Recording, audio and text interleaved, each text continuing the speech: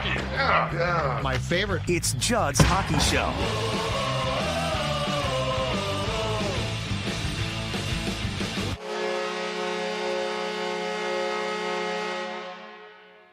And welcome into an emergency edition of Judd's Hockey Show. We're here for a very good reason. It's Judd, it's AJ, and the news just breaking this morning about, I don't know, an hour ago or so. Opa, yes, Maple Base. Kirill Kaprizov, the long wait, the concern, all of it, the angst is over.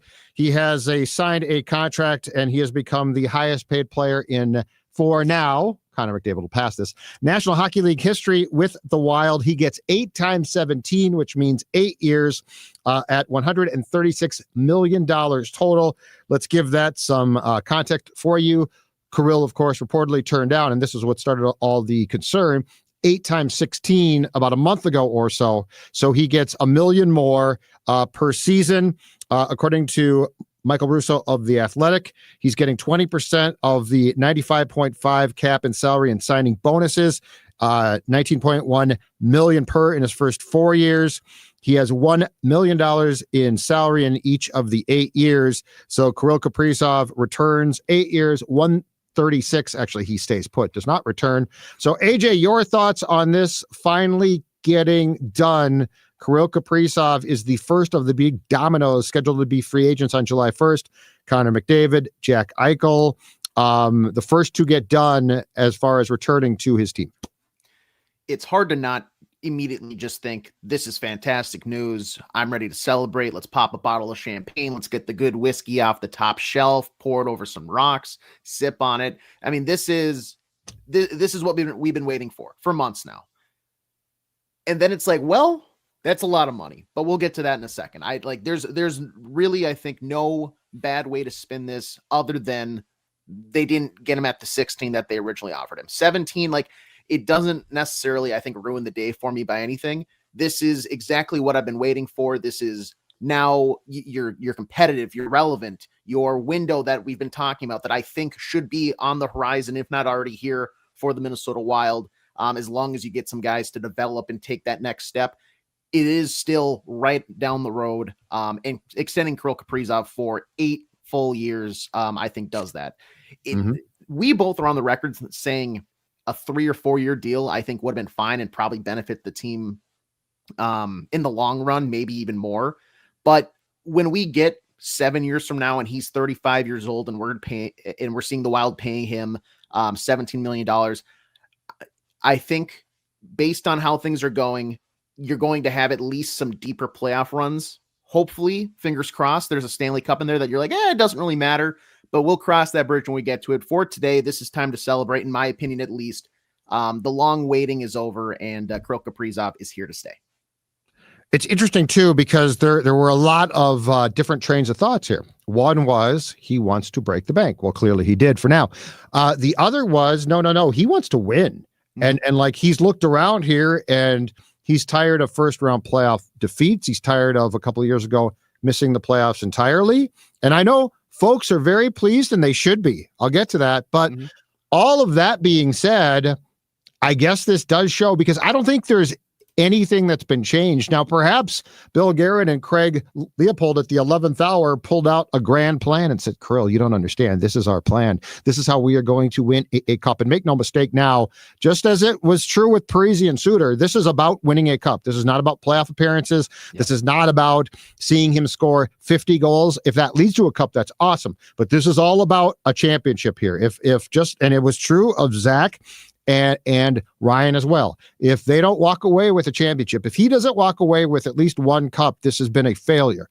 But all of that being said, I also feel like that there is a discussion here about, did anything convince him that they can win here? Or is this about the fact that he was, at the end of the day, after the biggest pot at the end of the rainbow that he could possibly get? That's my first thing.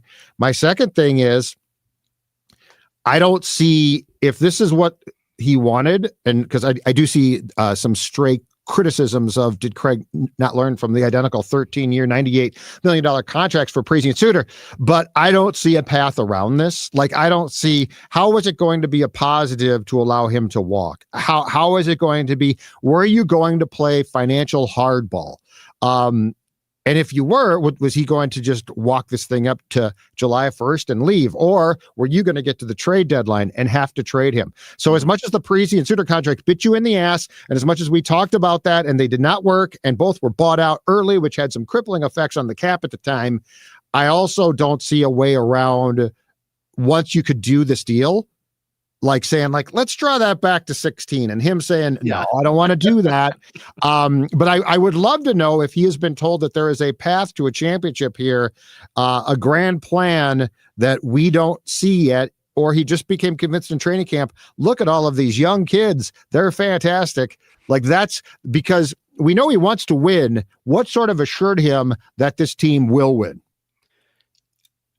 I mean, I would think that also too, the point is, like, is $1 million a year extra really the breaking point for, like, the cost analysis on trying to replace him? The value there goes up, I think, way higher than 17 million. Like, $17 million a year to keep him, even when he's 36 years old in 9 years, that is going to be just fine when it comes to, if you were to lose him after a year, or you're forced to trade him in the next couple of weeks, or you're forced to trade him by the deadline, so you get some sort of return, there's no guarantee that you can even get back to some sort of semblance of the competitiveness that you have with him. And there's a 0% chance you're getting a player that ends up becoming similar, if not at that same level. So going that extra 1 million from 16 to 17, I'm not losing sleep over that for 1 second. If anything, that's going to put me even to sleep quicker, because now we don't have to worry about this as we approach the start of the season in a little over a week.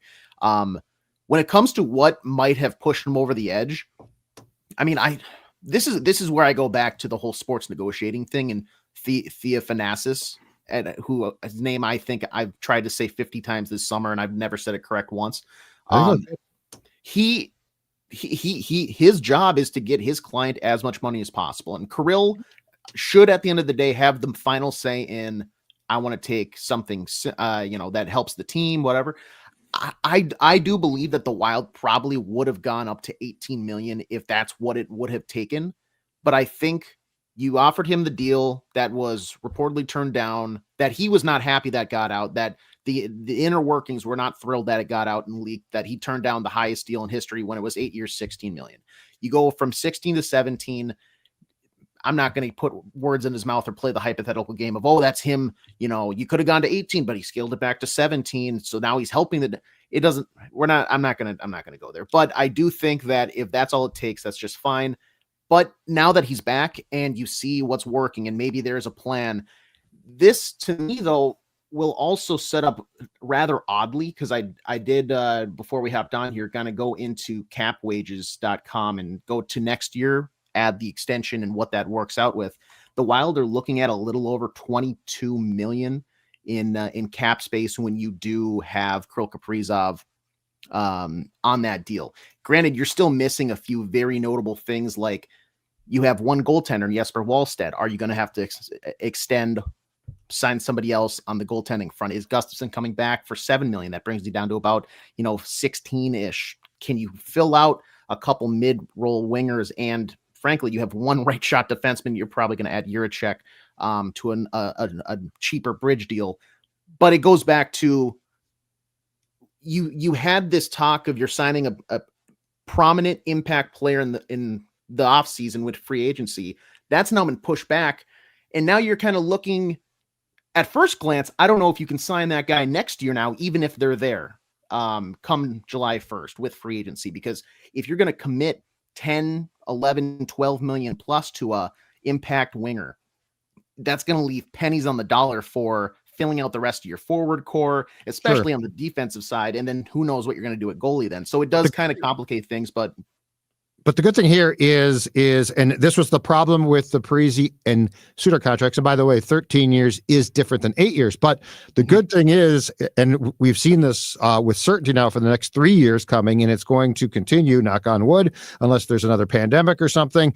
The salary cap is going to continue to increase. Remember, the Parise and Suter contracts would not have been such a problem if the salary cap had increased, but instead it basically went stagnant. It basically went flatline. And so if you're talking about because it's going to be over $100 million next season, and then more than that next season. And so the reality is, if that does continue, which by the way it should, the contract's going to become, from a financial standpoint, much more palatable. And by the way, in 3 years, in 2 years, when McDavid signs whenever, this contract's going to be surpassed instantaneously. So, like, don't get too hung up on it's the richest. It always sounds great. It's the richest. Kirk Cousins signs. It's the richest. That could last for 2 weeks. That could last for 2 hours, 2 weeks, or 2 months. I do think it's interesting as well. So, it was last Thursday during the exhibition game that the Wild was playing against Dallas when Leopold held his State of the Wild, which he does every preseason with the media in his suite.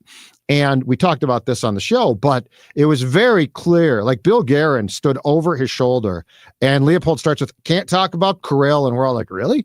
And I speculated at the time, I think we talked about this on Friday, Age. I speculated at the time that it was either because things were going really wrong or they were actually close. In retrospect now, they were close enough. And the whole thing previously of the leaks being out and Kirill's camp saying he was upset about that, Bill Guerin, rightfully so, didn't want to jeopardize that. And Craig, to his credit, probably talks too much at times.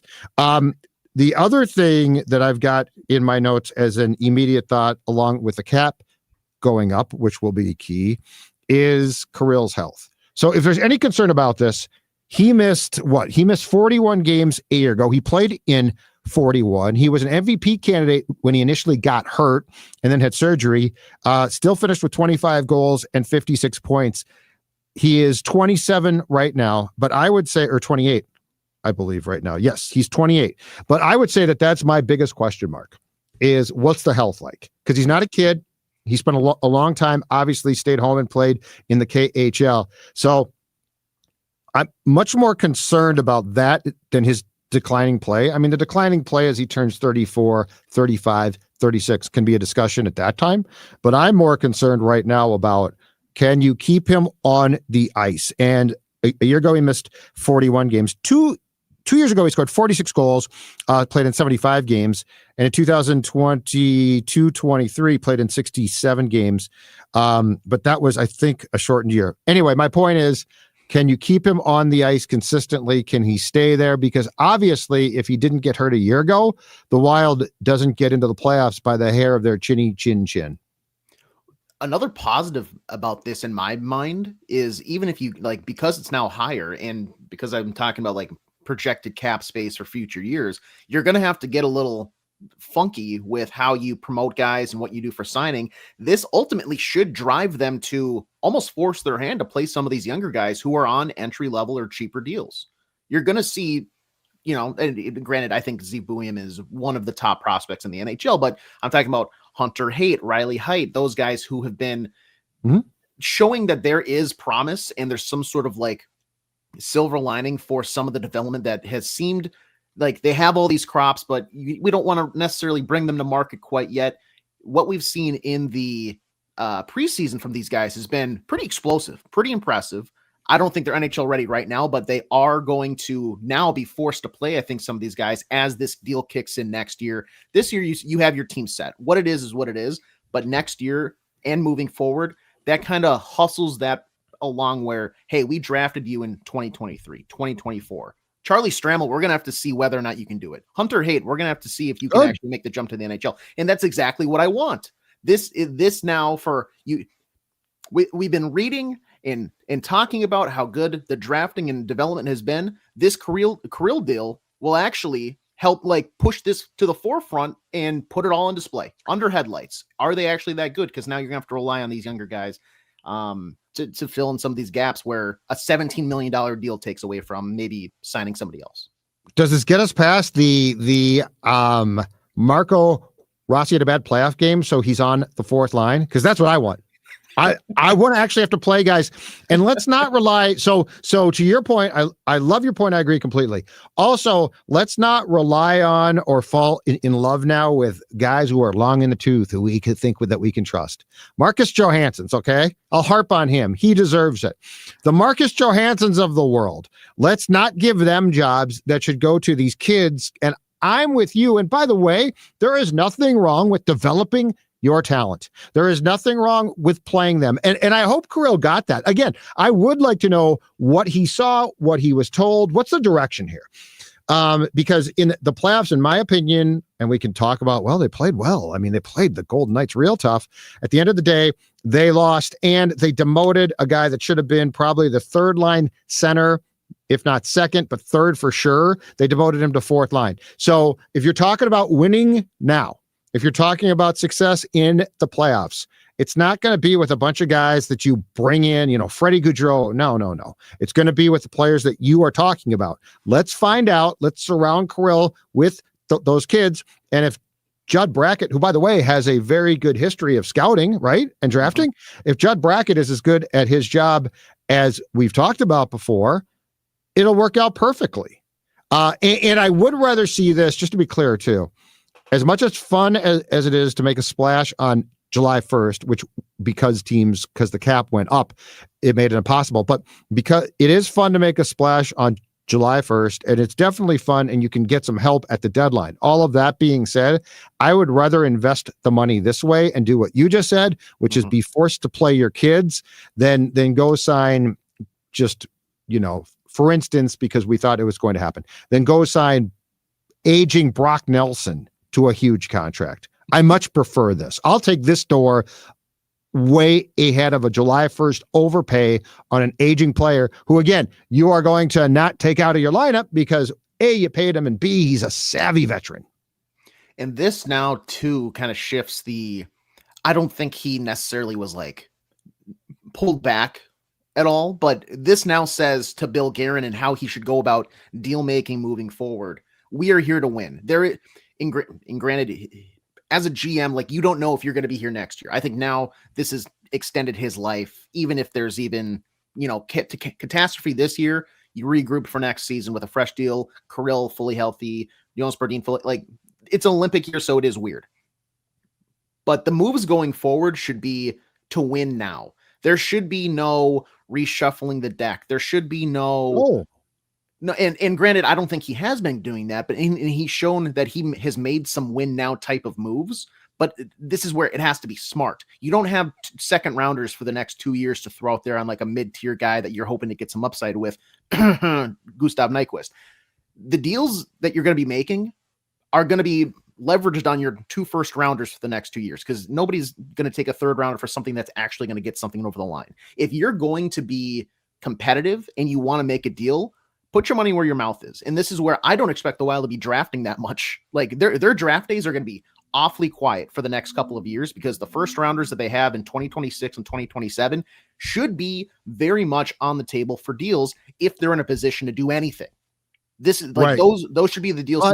And granted, and teams are going to have to work with holding cap space and all this stuff, but is this a win or bust year? No. But moving forward, every deal should be done with, we're doing this because we think it takes us closer to winning a championship. And granted, they probably think like that to begin with, but it should be we're in win now mode.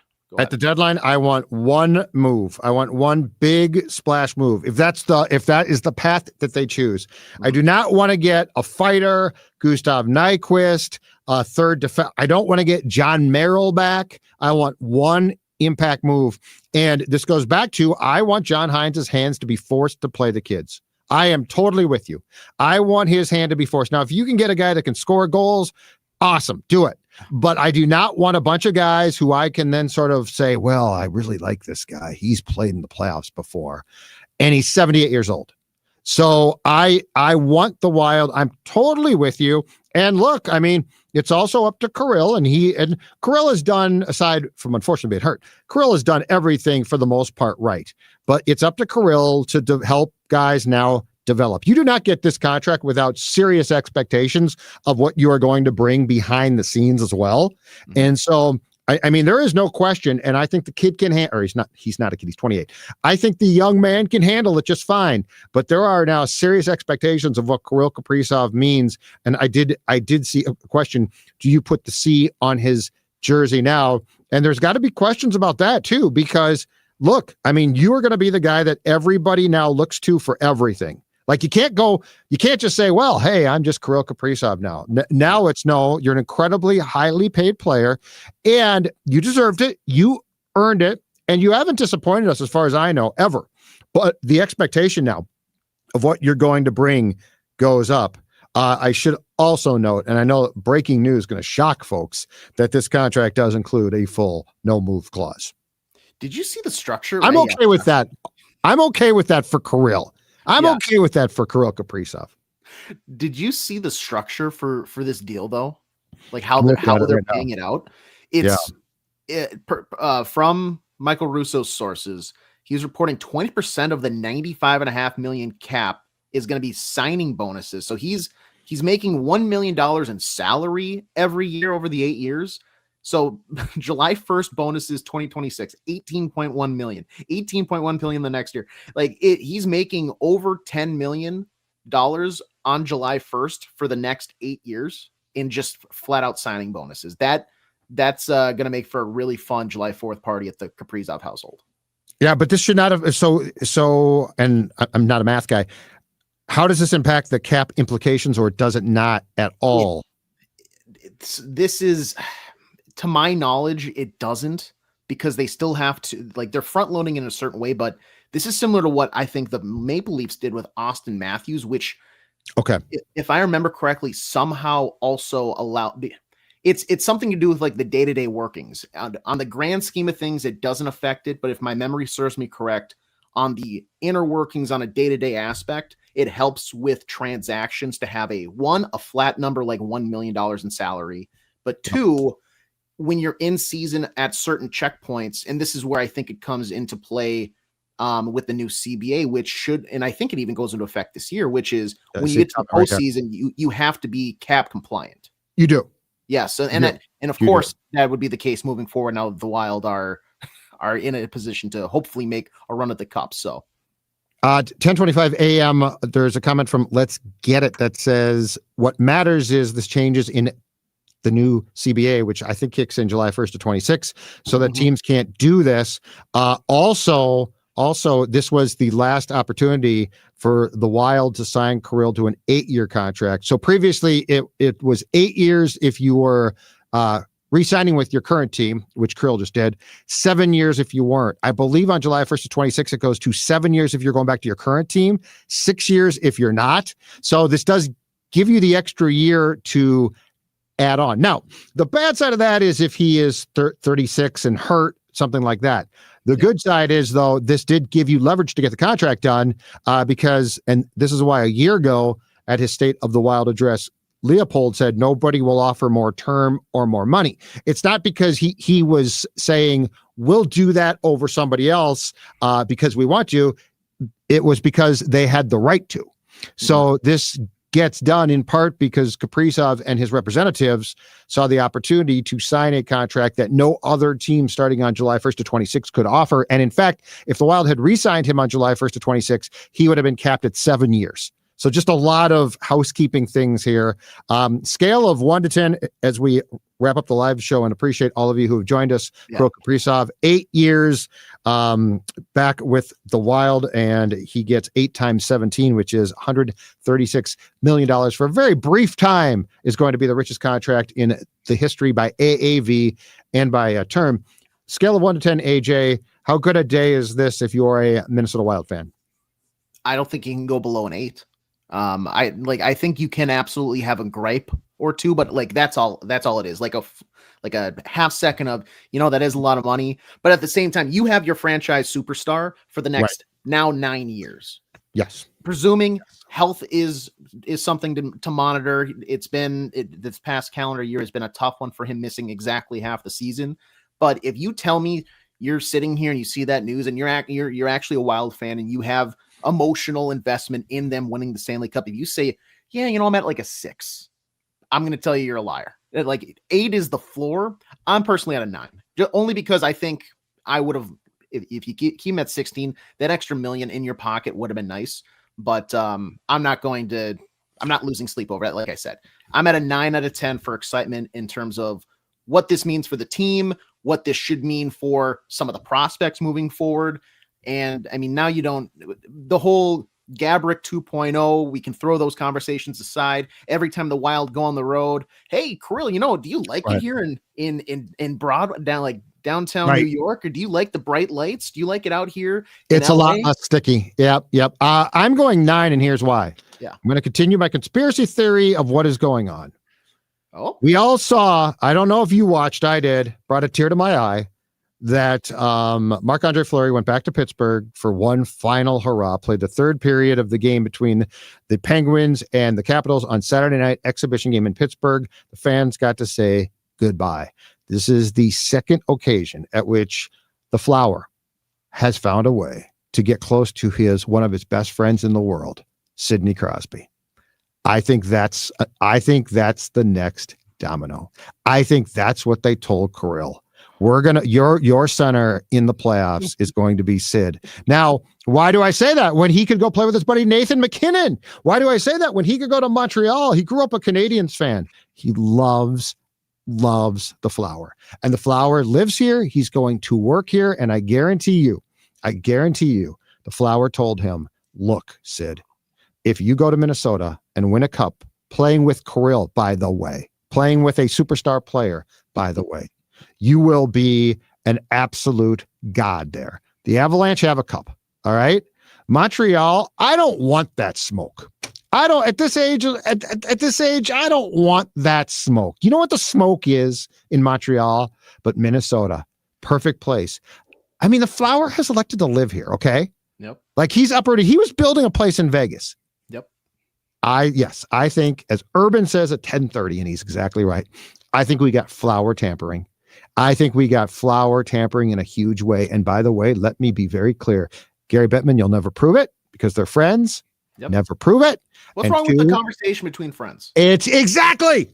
Anyway, I'm telling you, what if you were told, AJ, and then I got to run, but what if you were told by your best friend, hey, look, I'm going to work for the team. I'll be there. I'll probably go to skates and stuff. I'll probably be out there. We'll have fun. Sidney Crosby is the next domino to fall. Ladies and gentlemen, this has been Judd's Hockey Show. Appreciate all of you who have watched and consumed this. He's AJ. I'm Judd. Great news today. Kirill Kaprizov remains with the Wild for 8 more years after this.